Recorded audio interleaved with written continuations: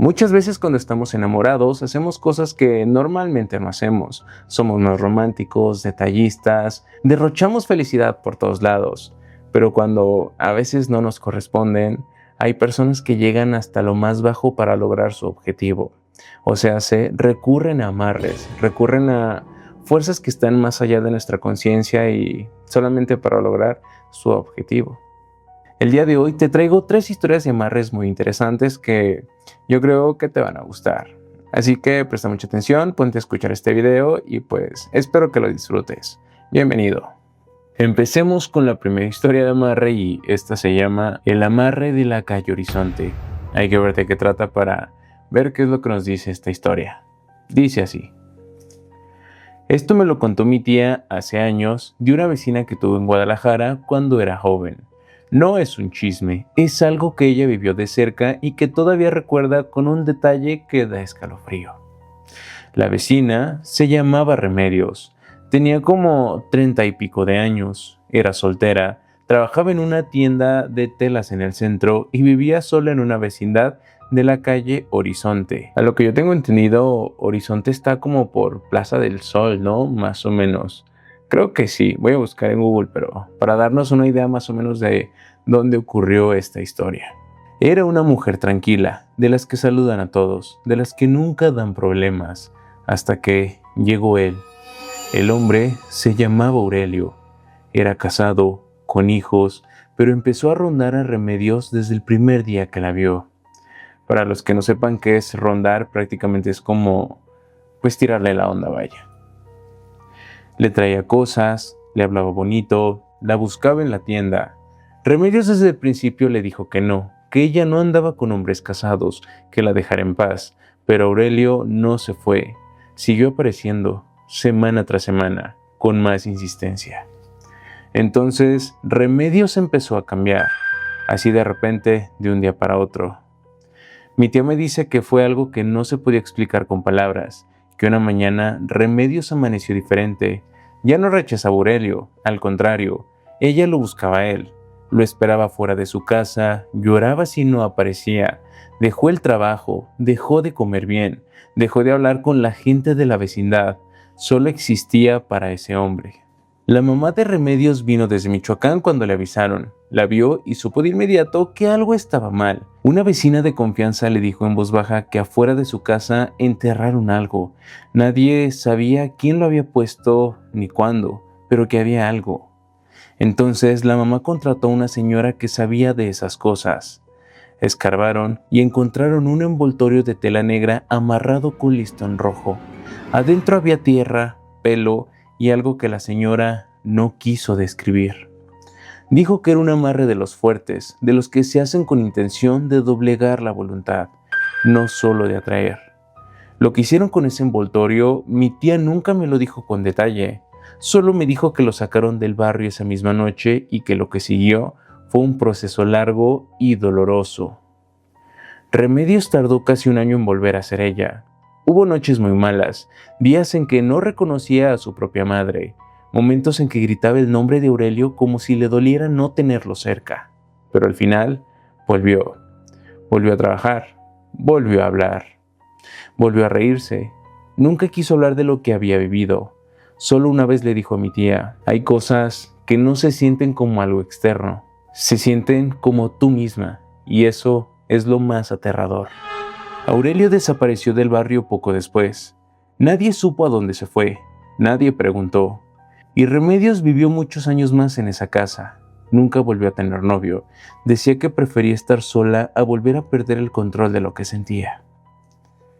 Esa es la primera historia y yo te quiero preguntar, ¿qué opinas? Sinceramente, a mí se me hace un poco triste que la pobre de Remedios ya no volviera a tener pareja a raíz de una mala experiencia. Y es lo que les digo, o sea, la brujería, los amarres más bien, no dejan nada bueno.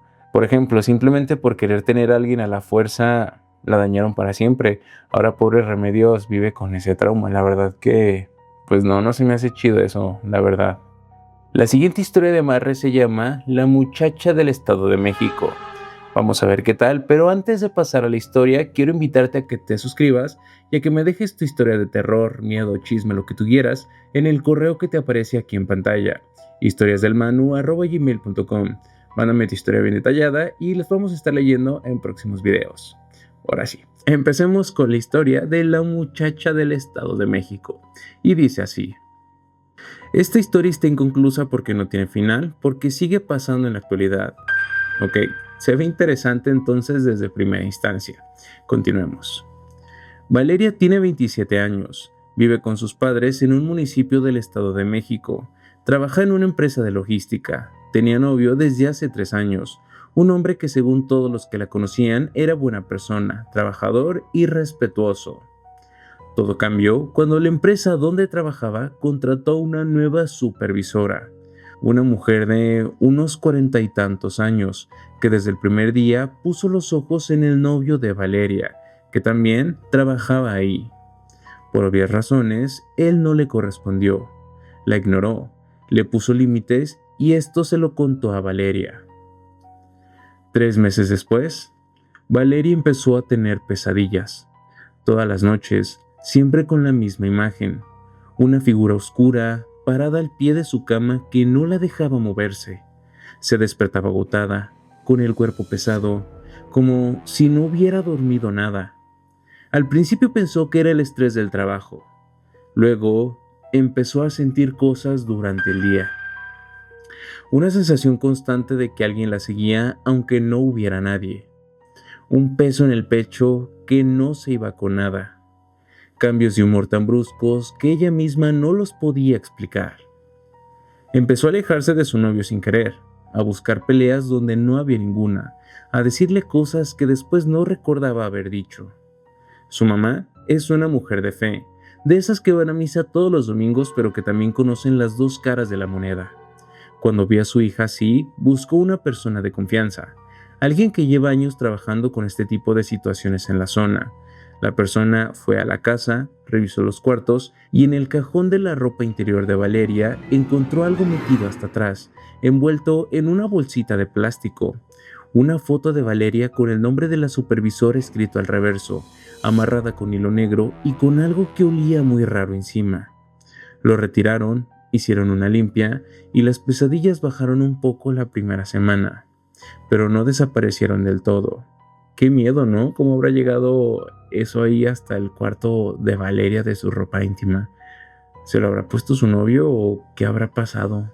La verdad que es algo que no nos dice la historia, pero algo que sí me llama mucho la atención, todavía no terminamos por cierto, es que curiosamente las personas que son más de fe, las personas más católicas, son las primeras en acudir a cierto tipo de cosas como chamanes, brujos, etcétera, cuando sienten que algo raro está pasando. No sé, es algo muy curioso que pasa, pero pues yo creo que es por lo mismo, ¿no? Por que son muy conscientes de que así como existe la fe y el bien, también existe el mal. Es muy interesante. Pero bueno, veamos qué más nos dice esta historia. A día de hoy, Valeria sigue 4 días sin salir de su cuarto. Su novio ya no sabe qué hacer. La supervisora fue despedida de la empresa hace 2 meses, pero eso no ha cambiado nada. Se sigue buscando a alguien que pueda ayudarlos de verdad. No sé cómo termina esta historia porque sinceramente aún no ha terminado. Lo que sí sé es que cuando algo pasa así en una familia, mucha gente prefiere no creerles y eso duele más que todo lo demás. Si alguien de los que está viendo esto ha pasado por algo parecido o conoce a alguien que pueda orientarnos, por favor díganos qué hacer. Estamos un poco desesperados. Ok, ya no entendí. No sé quién mandó la historia, si fue alguien que te la contaron o alguien que lo está viviendo en experiencia propia, pero como recomendación yo creo que háganse una limpia, una armonización, vayan con Valeria y pues chequen bien qué es lo que está pasando, porque obviamente ese tipo de trabajos no se quitan de un día para otro. Y pues qué feo, ¿no? Al igual que la historia pasada, obviamente los amarres no dejan nada bueno. Siempre que se quiere conseguir una persona a la fuerza, como ya te lo dije, creo que pues terminan pasando cosas malas y al final pues el karma se te termina regresando de la peor forma posible, ya sea te puede ir mal en el trabajo, te puedes enfermar, le puede pasar a algún familiar cercano O sea, hay mil y un formas en que el karma se te puede regresar por tu haber hecho trabajos de brujería, no solo amarres, de cualquier cosa, porque pues es algo muy peligroso que se tiene que hacer con mucha conciencia. La verdad, tienes que ser muy responsable de tus actos. Pero qué interesante y me hubiera gustado que esta historia hubiera tenido un final. Esperemos que Valeria se encuentre bien y pues ya. Vayamos con la última historia del día de hoy que se llama A veces puedes perderlo todo por un amarre. Esta me llama muchísimo la atención y tengo mucha curiosidad de ver qué es lo que nos dice, así que vamos a leerla. Esta historia es de alguien que pidió un amarre, pagó por ello y no calculó todo lo que iba a costarle. Ok, desde ahí como que la cosa empieza bien. Se llamaba Don Ernesto, vivía en un pueblo al norte de Jalisco, era ganadero, hombre de dinero, de esos que en pueblo chico son figura grande. Tenía esposa, hijos, tierras y tenía también una obsesión con una mujer más joven del mismo pueblo que no le daba ni la hora. La mujer se llamaba Consuelo. Era viuda, con 2 hijos chicos, y cuando Ernesto empezó a buscarla, ella le dejó en claro desde el principio que no estaba para nada interesada, que la dejara vivir tranquila. Él siguió intentándolo durante meses. Regalos, mensajes, apariciones en los lugares donde ella iba, pero nada funcionaba. Entonces don Ernesto fue a buscar a alguien, un hombre que vivía en las afueras del pueblo, al que la gente le llevaba cosas que no se resolvían de otra manera. No era la primera vez que don Ernesto iba ahí, pero sí era la primera vez que pedía algo tan específico.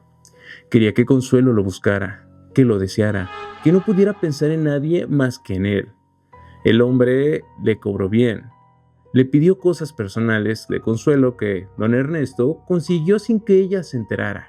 Y le advirtió algo que don Ernesto escuchó, pero que no se tomó en serio. Que este tipo de trabajos tienen un costo que no siempre se paga en dinero y que lo que se torce para un lado, tarde o temprano se tuerce para el otro. Las primeras semanas parecía que había funcionado. Consuelo empezó a buscarlo, a aparecer en los lugares donde él estaba, a aceptar sus invitaciones. Don Ernesto creyó que ya había ganado, pero algo no estaba bien desde el principio. Consuelo no era la misma. La miraban y sabían que algo en ella había cambiado, pero no de una manera natural. Era como si estuviera presente, pero al mismo tiempo no estuviera. Como si alguien más estuviera usando su cuerpo para hacer lo que don Ernesto quiera. La esposa de don Ernesto se dio cuenta antes que nadie. Y no se fue en silencio. Se fue llevando los hijos, la reputación de él y la mitad de las tierras. El escándalo en el pueblo fue mayúsculo, pero lo peor no fue eso. 3 meses después de que la amarre empezó a funcionar, don Ernesto comenzó a tener problemas que no podía explicar. Negocios que se caían solos, animales que morían sin razón aparente, una salud que se fue deteriorando de maneras que los doctores no encontraban causa. Adelgazó, dejó de dormir, empezó a ver cosas en las noches. ¿Qué es lo que les digo? Siempre que el karma se te regresa o que no funciona un amarre, las cosas te terminan pasando a ti. O sea, vean lo que le está pasando al pobre de don Ernesto, pero bueno, continuemos con la historia. Don Ernesto volvió con el hombre que le había hecho el trabajo y le pidió que lo deshiciera. El hombre lo miró un momento y le dijo que deshacer un amarre de esa naturaleza era más complicado que hacerlo, que requería que la persona amarrada lo consintiera y que Consuelo, en el estado en el que estaba, no estaba en condiciones de consentir nada. Don Ernesto murió 2 años después. Los del pueblo dicen que murió de tristeza, aunque los más viejos dicen que murió de lo que él mismo puso en movimiento. Consuelo tardó años en recuperarse. Sus hijos crecieron sin entender del todo qué fue lo que le había pasado a su madre durante ese tiempo. Y nadie en el pueblo volvió a hablar con el hombre de las afueras, o al menos eso es lo que se dice, porque todavía vive ahí. Hay gente que cree que estas cosas no existen, y hay gente que cree porque lo vivió. Yo no les voy a decir qué pensar, solo les cuento lo que me platicaron. Esa es la historia y pues se me hizo demasiado interesante. Cositas a destacar que me dejan pensando es por qué siempre en los pueblos los brujos o cosas así como que tienen fama de vivir a las afueras, como si literal estuvieran aislados del mundo, vaya, como exiliados. Eso está curioso, pero también lo que me llama más la atención es el hecho de justamente en el cómo se te regresan las cosas. Obviamente, pues la pobre de Consuelo, como estaba amarrada, empezó a actuar pues como momia, ya no era ella, prácticamente ella estaba a las órdenes de don Ernesto y a don Ernesto se le regresó todo, como te dije anteriormente, o sea, no solo te va mal en el amor, sino también en la salud, en el trabajo, en todo, o sea, estos temas son muy interesantes. ¿Tú qué opinas de estas tres historias? Déjame tu comentario. Desde mi punto de vista, creo que mi favorita fue esta última, la de don Ernesto. Y pues ya, quiero que me mandes aquí tu historia en el correo que te está apareciendo en pantalla, historiasdelmanu@gmail.com. ¿De qué otro tema les gustaría videos? Va a haber videos de terror, de anécdotas, chismes, prácticamente de todo. En este canal vamos a contar muchitas cosas y pues ya. Si te gustó este video, no olvides en suscribirte, darle like y comentar. En conclusión, si actualmente estás enamorado de alguien, pero esa persona no te ha correspondido, yo, como consejo, podría decirte que pases página y que no recurras a este tipo de cosas porque, sinceramente, no dejan nada bueno. Nada, pero nada bueno. Hasta aquí el video del día de hoy. Espero que te haya gustado. Yo soy Manu. Adiós.